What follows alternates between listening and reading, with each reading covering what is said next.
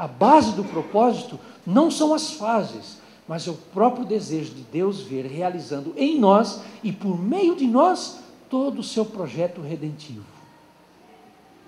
Mas Davi, o salmista, ainda olha para Deus no verso 10 e vai dizer mais duas coisas sobre Deus. Ele diz que esse Deus, ele é aquele que aumenta a nossa força, aumenta a nossa capacidade. Ele é aquele que aumenta o poder dele em nossas vidas. Ele cada vez mais dá vigor ao ser humano. Se a gente pensa que quando a gente passa de uma certa idade, começa a ir para o fim, para a decadência, o salmista vê, não, pelo contrário, esse Deus que dá força, ele dá força para que essa força e esse poder dele opere em nós, em cada circunstância, em cada momento da vida. Ele diz ainda no verso 10 que Deus é responsável por derramar na vida dele e consequentemente na nossa vida um óleo novo. É o que ele diz lá no verso 10. Deus, e a palavra óleo, o sentido de óleo, não é apenas a ideia de unção, como alguns pensavam que usava só quando o rei era ungido, ou era declarado rei no Antigo Testamento. Aqui o sentido de derramar óleo também não é o sentido de trazer saúde. O sentido de derramar óleo aqui é o sentido de que Deus nos renova a cada momento da nossa vida. E por fim, no verso 11, ele diz, Deus é responsável por colocar abaixo todos os projetos que se levantam e que ameaçam a nossa existência e a nossa plena realização como seres humanos. Ele cita aqui que Deus é responsável por derrotar todos os inimigos.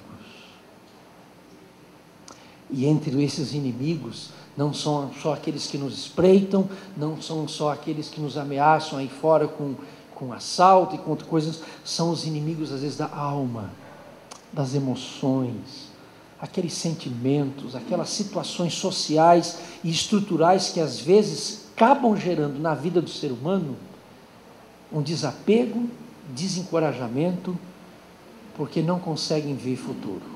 O Senhor é aquele que derrota todos os nossos inimigos, todas as nossas ameaças, todas as forças anti-vida. Deus é aquele que é responsável para quebrar essas forças e erigir em nós cada vez mais a sua graça e o seu amor. Ele vê isso e agora ele vê a sua vida. Diante de tudo isso que Deus é, ele agora olha para o seu coração, para o coração dele mesmo e se vê como justo. Não só ele é justo, mas outros que se relacionam com Deus também se enquadram e se encaixam nessa ideia de que são justos. Quem é o justo? Ele diz, é aquele que se relaciona com esse Deus, que é um Deus de obras, de alegria, de propósitos, que aumenta a nossa força, que derrama um renovo novo em nossa vida, que desbarata todos os nossos inimigos. Em qualquer fase da vida, Deus age num padrão só com o ser humano. Quem é esse justo? É aquele que se relaciona com esse Deus. É aquele que coloca a sua vida na mão desse Deus.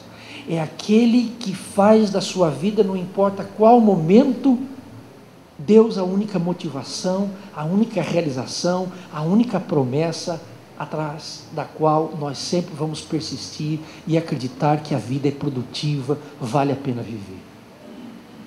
E eu encerro, mas não nos iludamos. Os cabelos brancos e os anos não são suficientes para dar a nós essa qualidade de vida produtiva e sábia.